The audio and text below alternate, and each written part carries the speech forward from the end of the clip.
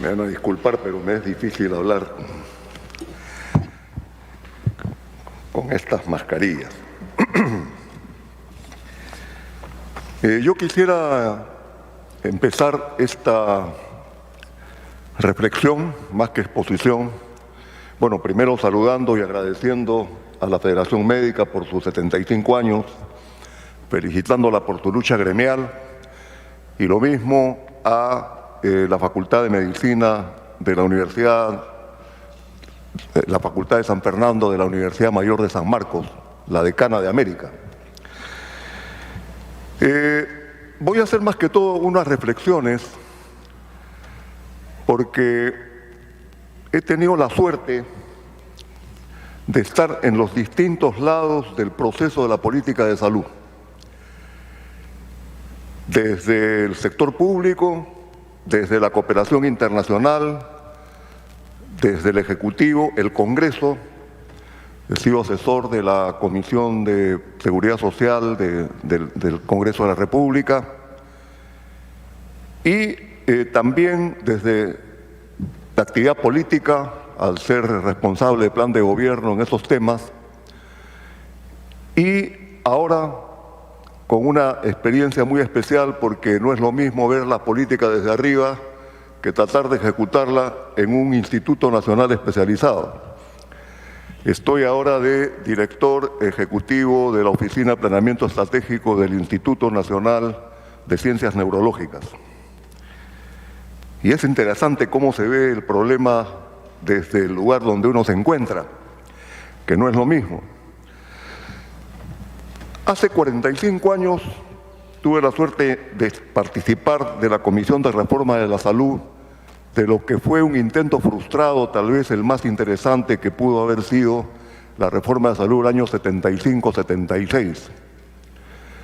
Se formó una comisión especial que trabajó año y medio, multisectorial, y eso nos permitió reflexionar mucho sobre los temas. Y es increíble cómo, habiendo pasado más de 45 años, se repite casi exactamente igual el diagnóstico y los problemas de salud. Yo diría de una manera incluso aumentada. Y han habido por lo menos 4 oleadas de reforma de salud en América Latina, algunas en el Perú también, y ninguna ha podido resolver los problemas de fondo. Por eso yo quisiera leer 3 citas importantes que nos van a ayudar a ver por dónde estoy enfocando esa reflexión.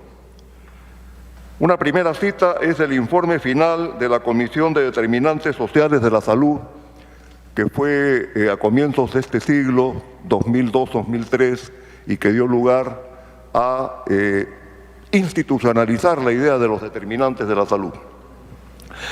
Esa cita dice así: la justicia social es una cuestión de vida o muerte. Afecta al modo en que vive la gente, a la probabilidad de enfermar y al riesgo de morir de forma prematura. La justicia social. Mucho tiempo antes, a fines del siglo antepasado, Rudolf Virchow nos dio una frase que increíblemente tiene también tremenda vigencia y está confirmada por la anterior. La medicina es una ciencia social y la política no es más que medicina en gran escala. O al revés, la medicina es política en una escala superior. Rudolf Virchow también. La medicina nos lleva de manera imperceptible hacia el campo de lo social y nos coloca en una posición de confrontación directa con los problemas de nuestro tiempo. A fines del siglo XIX. Eso es lo que decía Rudolf Virchow. ¿Y qué nos demuestra la realidad?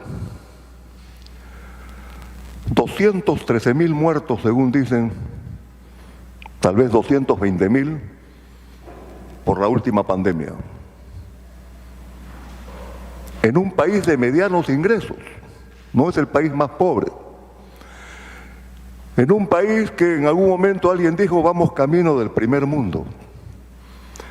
En un país que está solicitando su ingreso a la OECD. Y que cuando se cayó el ejemplo de Chile, se decía el camino del Perú es el camino que tienen que seguir los otros países. Tuvimos en el 2003 y el 2014 el boom económico más importante de casi 100 años. Las exportaciones se incrementaron extraordinariamente bien. El Perú crecía, era un ejemplo.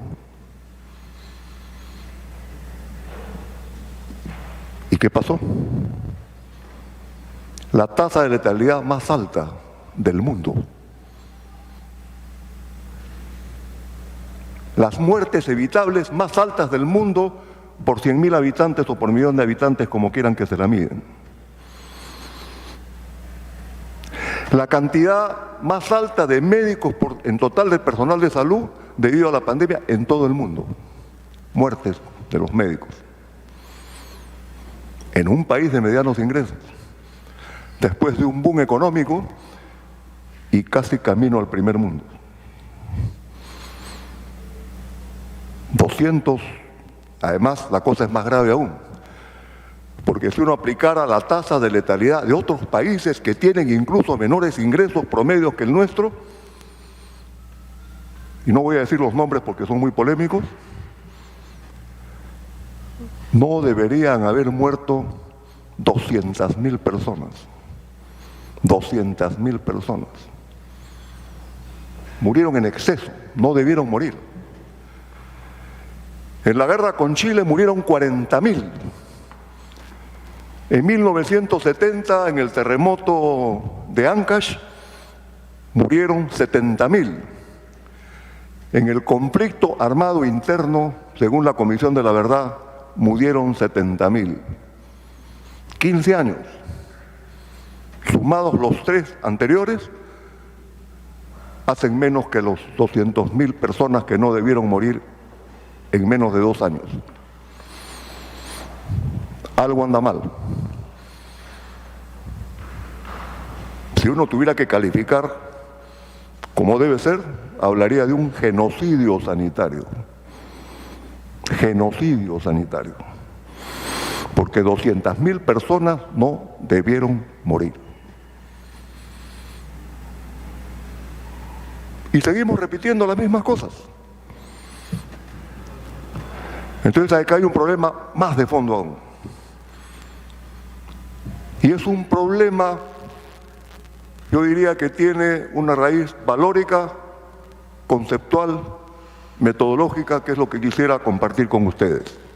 Más allá de las cifras. Y es el enfoque como enfrentamos los problemas de salud. Desde el punto de vista económico. No es un problema solamente de recursos financieros. ¿Por qué? Porque pueden sobrar o pueden utilizarse mejor, uno puede ser más eficiente en el uso de los recursos financieros, como lo han explicado muy bien quienes me antecedieron en la palabra. Acá hay un problema también detrás de los recursos financieros. Y ya es un enfoque no de teoría económica, sino de economía política. Que los recursos financieros en salud dependen de lo que en economía se llama la función de producción de la salud. ¿Qué factores constituyen y determinan la producción de la salud, de los servicios de salud? Y ahí está.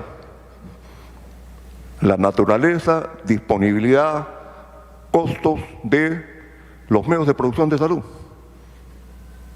La industria farmacéutica, la tecnología médica, los insumos críticos. Y el factor del talento humano, que es la formación de los recursos humanos. Es la naturaleza, disponibilidad y forma como están los recursos humanos, el tipo de naturaleza, disponibilidad y costos de la industria farmacéutica, del equipo médico, lo que determina las necesidades de financiamiento de la salud. Entonces hay que ir un eslabón anterior en la cadena de causalidad. Eso significa que las políticas de salud no tienen que quedarse únicamente en la organización de los servicios de salud, sino tienen que afectar directamente a los factores de producción, a los medios de producción de salud y a la formación de los recursos humanos en salud. Pero eso está fuera del sector salud. El sector salud ni siquiera lo han organizado para que tenga una efectiva rectoría en lo que se llama servicios de salud, porque la rectoría se ha perdido, porque han habido conceptos erróneos, fracasados. ¿Y cuáles son esos conceptos erróneos, fracasados? Fíjense ustedes, tenemos 20 años de Seguro Integral de Salud. Yo he sido el primer subjefe del Seguro Integral de Salud, soy corresponsable en cierta medida. 10 años de aseguramiento universal. ¿Y cuál es el resultado? 10 años de aseguramiento universal. 20 años de Seguro Integral de Salud. Y lo que está de fondo, detrás de eso, 30 años de modelo neoliberal. 30 años de modelo neoliberal. ¿Tiene eso algo que ver con las 200.000 muertes y con la forma catastrófica como se tuvo que enfrentar la pandemia, más allá de errores mayores o menores de cada ministro de salud? No, lo que se debe juzgar no son los mayores o menores errores de política de los ministros de salud, sino la constitución, la forma como se ha constituido el sistema de salud, y detrás de eso, el contexto que limita y condiciona a ese sistema de salud, que es un modelo de desarrollo económico y social, que está colapsando ante nuestros ojos. No solamente en el Perú. ¿Cuál era el ejemplo de desarrollo en la década del 90? Todos decían, miremos a Chile, ¿verdad? ¿Y qué ha pasado en Chile? El año 2019, un estallido social, en realidad un levantamiento popular. Colombia, un estallido social, también, y eso ha tenido consecuencias en las elecciones. Es decir, hay un problema de fondo que es el que tenemos que enfrentar los que estamos vinculados al tema de la salud. ¿Y cuál es ese problema de fondo?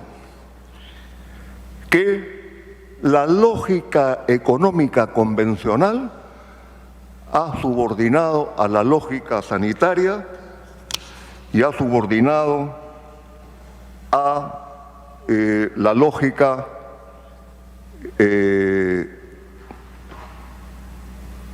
estamos hablando, y la lógica y el enfoque de los derechos. En la década del 50, 60, la lógica sanitaria era central cuando se veían los temas de salud. La lógica económica era subordinada a eso. A partir de los años mediados o fines de la década del 80 y comienzos de la década del 90 se impuso otra lógica. La lógica económica empezó a ordenar toda la forma de estructurar los sistemas de salud. Y no cualquier lógica económica, no economía política, de teoría económica, la lógica del mercado. El mercado empezó a organizar los sistemas de salud. Y se fue mercantilizando el sistema de salud. Esa es la palabra detrás que hay que poner por delante. Asistimos a la mercantilización de los sistemas de salud. ¿Y qué significa mercantilización de los sistemas de salud? Significa que la salud no se ve como un valor de uso, sino básicamente como un valor de cambio, que se intercambia en el mercado, que tiene costo y precio para el ciudadano y no costo y precio para la sociedad en su conjunto. Y todas las reformas que se han hecho de la década del 90 en adelante han sido para crear los mercados de salud y para mercantilizar la salud. Y eso ha generado una serie de problemas, ha agudizado los problemas que ya se heredaban históricamente y además ha entrado en abierta contradicción con otra lógica que se empezó a imponer después de 1993 del Congreso de la Conferencia de Viena, donde los derechos sociales adquieren el mismo peso que los derechos políticos y económicos, derechos civiles y políticos. La salud se empezó a considerar como un derecho social ciudadano. ¿Y qué significa que sea un derecho social ciudadano? Que no es mercancía, que no es negocio. Tiene que ser garantizado por el Estado y la sociedad para todos los individuos. No les debe costar, es un derecho. Entonces tenemos por un lado la mercantilización y por otro lado el derecho. Y la mercantilización significa que la salud se empieza a convertir en un negocio. Y el negocio no es compatible con el derecho. Lo hemos visto en la pandemia. Lo hemos visto en la pandemia. Hay personas que se han tenido que endeudar y ni siquiera han podido salvar a sus personas allegadas. Hay clínicas particulares que pedían un depósito previo de 200.000 soles para poder ser atendidos. Es un negocio, no es un derecho. Y el derecho tiene que ser garantizado por el Estado, por la sociedad en su conjunto. Y es lo contrario de la mercantilización. Entonces, ese es el problema de fondo. Pero si además la mercantilización ha cruzado todas las esferas de la vida, no solamente la salud, sino también los modelos de desarrollo, esa mercantilización del modelo de desarrollo significa que el Estado y la sociedad y la naturaleza están al servicio del mercado, cuando el mercado debería estar al servicio del Estado y el Estado debería estar al servicio de la sociedad y en una sociedad en armonía con la naturaleza. Un modelo mercadocéntrico se ha impuesto cuando deberíamos estar en un modelo sociocéntrico en armonía con la naturaleza. Esos son los problemas de fondo que tienen que ser resueltos de una u otra manera en un nuevo enfoque, en una nueva manera de conceptualizar los problemas de la reforma de la salud y los problemas de no solamente la salud individual, la salud colectiva, sino la salud de la sociedad, la salud de la sociedad. Nosotros tenemos un modelo de desarrollo que es iatrogénico, patogénico y tanatocéntrico. Iatrogénico, patogénico y tanatocéntrico. Porque produce enfermedad y muerte y no salud y desarrollo. Entonces, esto significa replantearse integralmente la forma como estamos entendiendo los procesos de reforma de salud. La palabra reforma ya está desprestigiada. Hay que hablar de una revolución sanitaria. Revolución significa tocar la raíz de los problemas. Cambiar todo lo que tenga que ser cambiado. Mirar desde otra manera los problemas de la salud. ¿Y qué significa esta revolución sanitaria? Partir de las necesidades reales, que además son derechos. Y a partir de ahí organizar todo. Organizar y reorientar la industria farmacéutica. Reorganizar los medios de producción, la tecnología de la salud, los insumos críticos, el equipamiento, la infraestructura. Reorganizar en función de esas necesidades reales de salud la producción, la formación, la distribución de los recursos humanos y a partir de ahí reorganizar los servicios de salud para que satisfagan eso con el tipo de personal que se requiere, el tipo de medicamentos que se requiere, el tipo de insumos críticos que se requiere, el tipo de tecnología que se requiere, es decir, al revés de lo que es ahora. Eso supone planificar. Planificación, una palabra que se perdió, porque el mercado lo resolvía todo.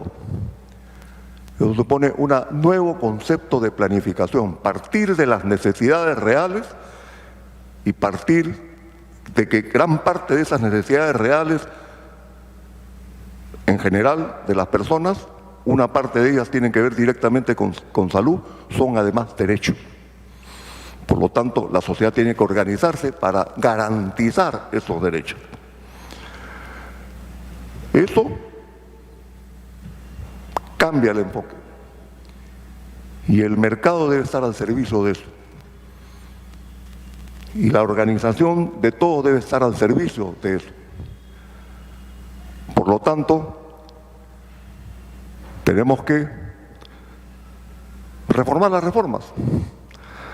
Tenemos que reestructurar el Seguro Integral de Salud. Yo lo veo desde ahora, desde el hospital. Se ha convertido en una intermediación, en lugar de ser un pagador en la separación de funciones, un pagador para direccionar la provisión de servicios, se ha convertido en una capa burocrática de intermediación. Yo calculo que son 3.000 personas que están intermediando. Solamente en el Instituto Nacional hay como 35. Sumen todos los hospitales. ¿Cuántas personas se dedican simplemente a ver los FUAs, a ver todo el tema, para una intermediación que podía ser directa, un pago directo? 3.000 personas intermediando. Ese es el problema. Eso tiene que ser reformado. Eso no resiste más. Además, con una forma de pago atención por atención. Ya felizmente se ha planteado acá que tiene que ser por paquetes, porque la forma de pago de atención por atención se planteó no por casualidad, sino porque se quería el intercambio prestacional. Y el intercambio prestacional era organizar todo en función de que el sector privado puede ingresar. Entonces todo el sistema se ha reestructurado para crear un mercado de salud. Ese es el problema. Y ni siquiera se ha hecho bien, ni siquiera ha habido total separación de funciones, ni siquiera están plenamente separadas. Y el asunto se ha complicado porque el sistema no solamente está fragmentado, segmentado, sino está atomizado, con una mala descentralización de los servicios de salud. ¿Cuál rectoría? ¿Hay rectoría? Hay normatividad, eso no es rectoría. El financiamiento no puede estar aparte de la rectoría, el financiamiento tiene que estar al servicio de la rectoría. Y la rectoría tiene que alcanzar no solamente a los servicios de salud, sino también a la formación de los recursos humanos, a la regulación de la industria farmacéutica, a la regulación de las tecnologías, en fin. Me he salido totalmente de la lógica convencional, pero son reflexiones de 45 años vinculado al sector salud, y después de 45 años veo que los problemas no solamente son los mismos de siempre, sino que a pesar de todo el avance tecnológico y económico del mundo en estas 4 décadas y media, estamos mejor en muchas cosas, pero en términos relativos y generales estamos peor. Y la pandemia es una demostración. En conclusión, ¿cuál es el planteamiento? Muy general, pero al mismo tiempo tratando de tocar los problemas de fondo. Hay que sentar las bases de un nuevo proyecto nacional de salud. Y ese proyecto nacional de salud tiene que ser discutido por toda la sociedad en un Congreso Nacional de Salud, que además está aprobado en el Acuerdo Nacional. Un Congreso Nacional de Salud para discutir desde abajo hacia arriba una nueva propuesta de salud que incluya además la salud no solamente individual, colectiva, sino la salud de la sociedad, un modelo de desarrollo que no sea ni iatrogénico, ni patogénico, ni tanatocéntrico, sino saludable.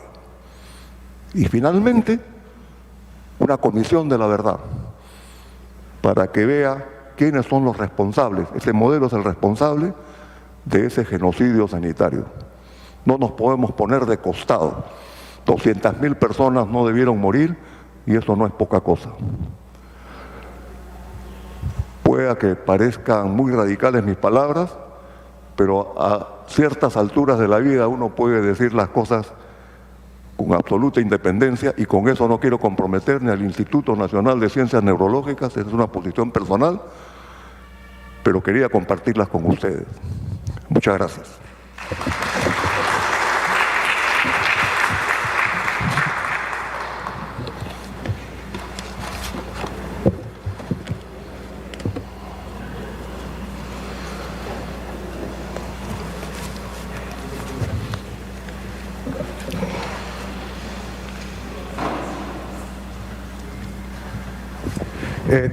Distinguidos ponentes, los invitamos muy brevemente para que les podamos hacer entrega de un pequeño reconocimiento. Doctor Tejada, doctor Portocarrero, por favor.